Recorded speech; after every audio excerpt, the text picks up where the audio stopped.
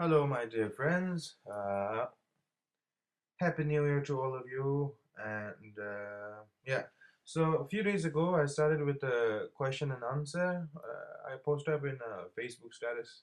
So I'm gonna give you the answer. Definitely, I can't give all the answer that you want to ask all the question because there's a lot of question.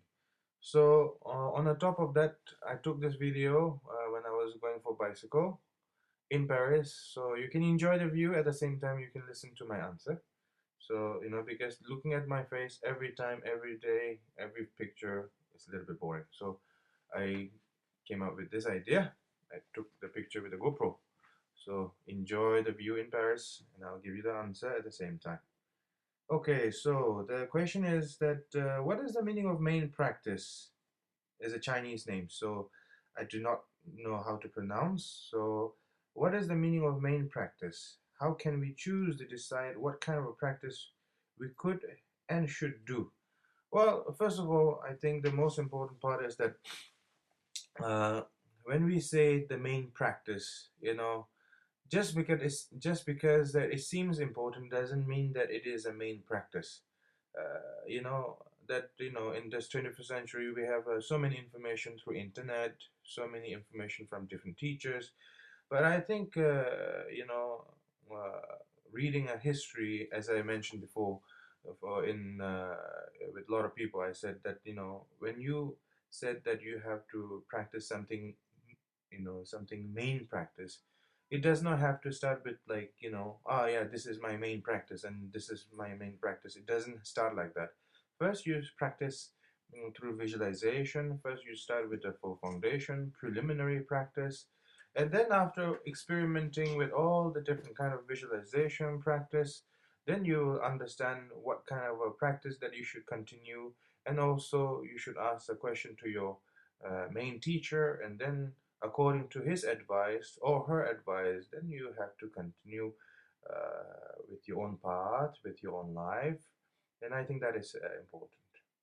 Okay, so the second question is uh, George, his name is George Rimpoche. How can we practice three vehicle in a simple way? Uh, Living in the city and working at job that often very natural. Sometimes I feel this time is far away from the Dharma. For instance, I have to spend many hours reading science paper, looking at experiment, to make a connection, to report about them. In those times, I feel Dharma is something my mind puts down to pick up later, which makes me a little sad. Thank you, Kalu Rimpoché. This is written by George. So I think that nobody has the perfect time to practice unless you drop everything behind and just live up in the nomad area and practice with your own, which is more like a Milarepa style. And that is not our option at the moment in the 21st century because that we have to survive, we have to support our family, we have to support our son and daughter and the loved ones. We have to support ourselves, and for that case, we are working towards our own path with our own life. We are putting a lot of effort from morning till evening. Like example, like my life as Kalu Rimpoche, from morning until evening, not everything is about the Dharma. Sometimes I get pissed off, sometimes I'm really excited with certain things. So not every time in the Kalu Rimpoche's life is very, very happy. Of course, there's a responsibility, there's a Dharma teaching, there's a Dharma practice, So we have to do whatever is necessary during our, the office life, whatever you need to do, you have to do it. Because the time really doesn't matter. It makes the difference when you practice the Dharma with a more clarity state of mind. Because many people they believe that they have to spend a lot of time doing a Dharma practice. Spending a lot of time doing a Dharma practice is not really the only way. Well, that is the one way of doing a practice. But doing the Dharma practice means you have to practice the Dharma with appreciation, realizing the value of the Dharma, recognizing your own state of mind, and meditating with more clarity, practicing Dharma with more clarity, with less feeling of obligation, and then slowly, your state of mind and your quality of spiritual Dharma path will improve naturally. Okay, so the next question is, uh, thank you very much, Kalu Rimpoche. My question is that how to control our own mind. Well, it's very simple.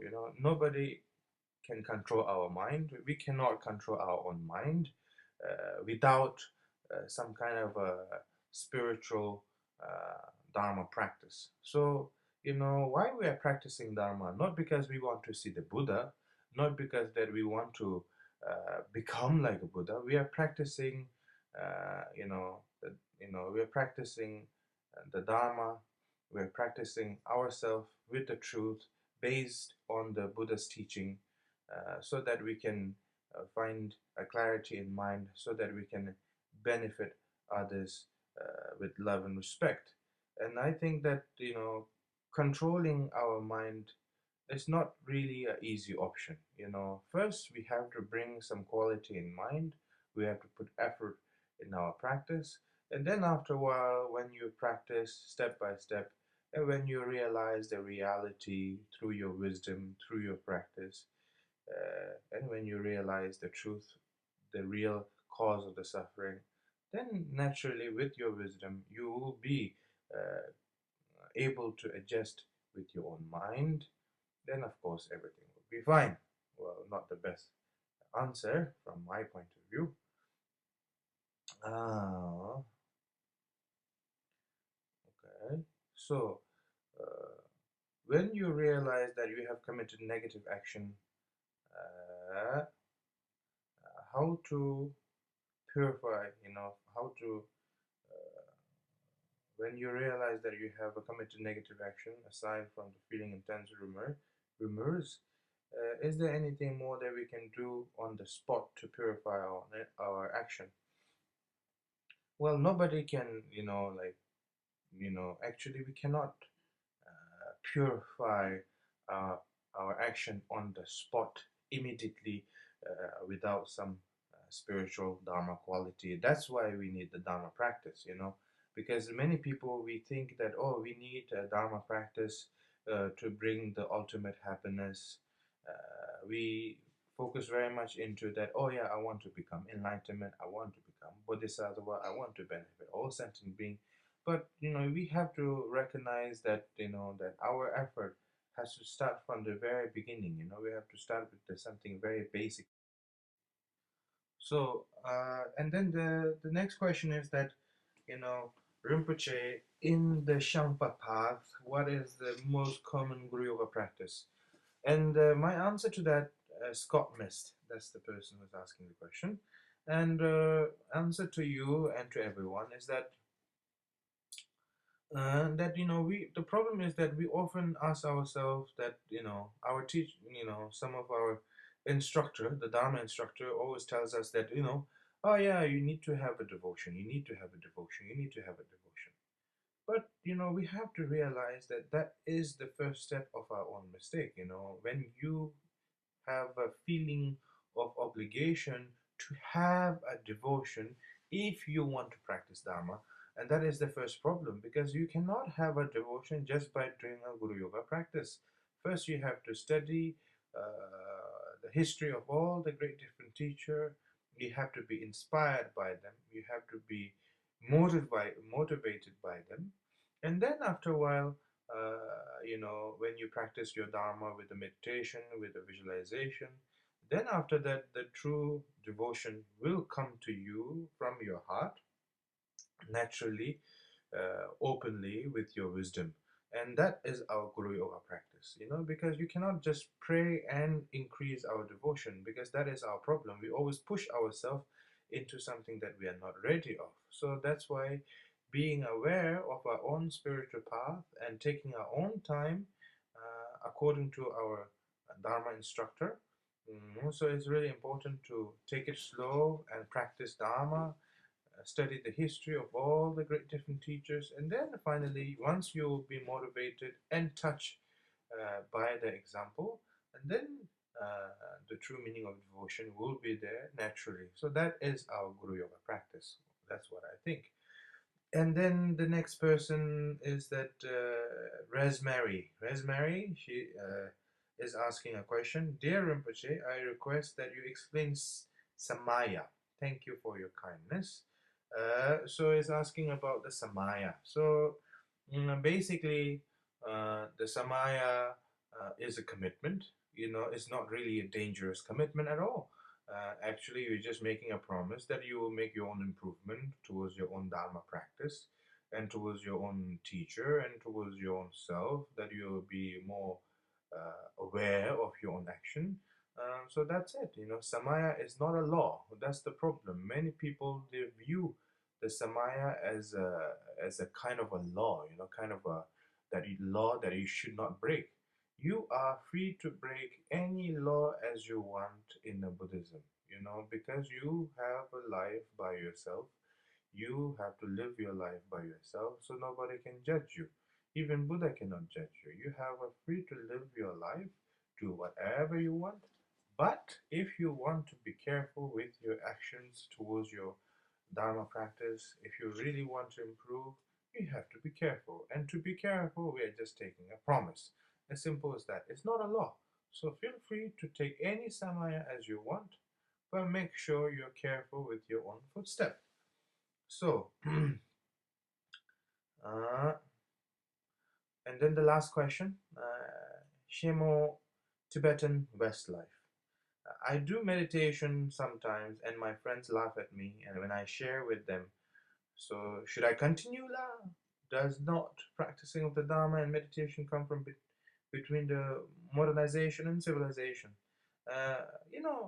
Whatever when we practice, when we practice Dharma, it's important to isolate ourselves in a private room. Like example, like I'm sure you have a friend and family and place to live. So, when you want to practice, try to go to the park, try to go in a garden, and try to go to the backyard, try to do a meditation over there. Don't try to do practice in the front of many people or the people that the people that you feel comfortable with, because they will judge you, they will say things to you that will make you uncomfortable. So to make yourself comfortable in your own spiritual Dharma path, try to give a privacy to yourself, give a quiet time to yourself. Then the benefit of the meditation towards your own life, towards your own daily life will come naturally right there. Okay.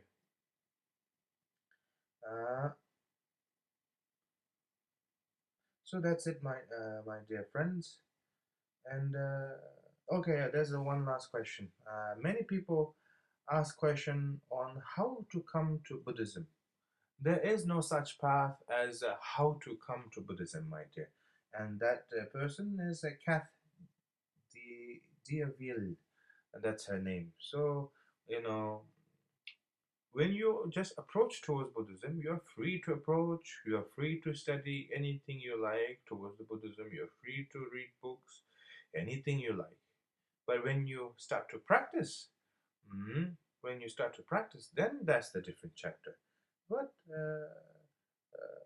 when you want to become a Buddhism, when you want to be approached towards the Buddhism, you have to, don't hurry yourself to meet a great teacher. First, read many books, be confused time to time, because that's good for you. And then after a while, when you read more and more books, and when you try to do a little bit of meditation here and there, and then when you find the real meaning, then you will realize by yourself what is the really meaningful to yourself in your Dharma path. So, tell them that, you don't have to make any kind of obligation from your side. Feel free to study Buddhism and Dharma. But on the top of that, when it comes to practice, make sure what you're practicing is helpful to yourself. So that's it, my dear friends, and it's already very long, and I wish you all a good day, and then lots of love and care and respect to all of you. And if I said anything wrong, I truly apologize. And I hope that you enjoy the view in Paris.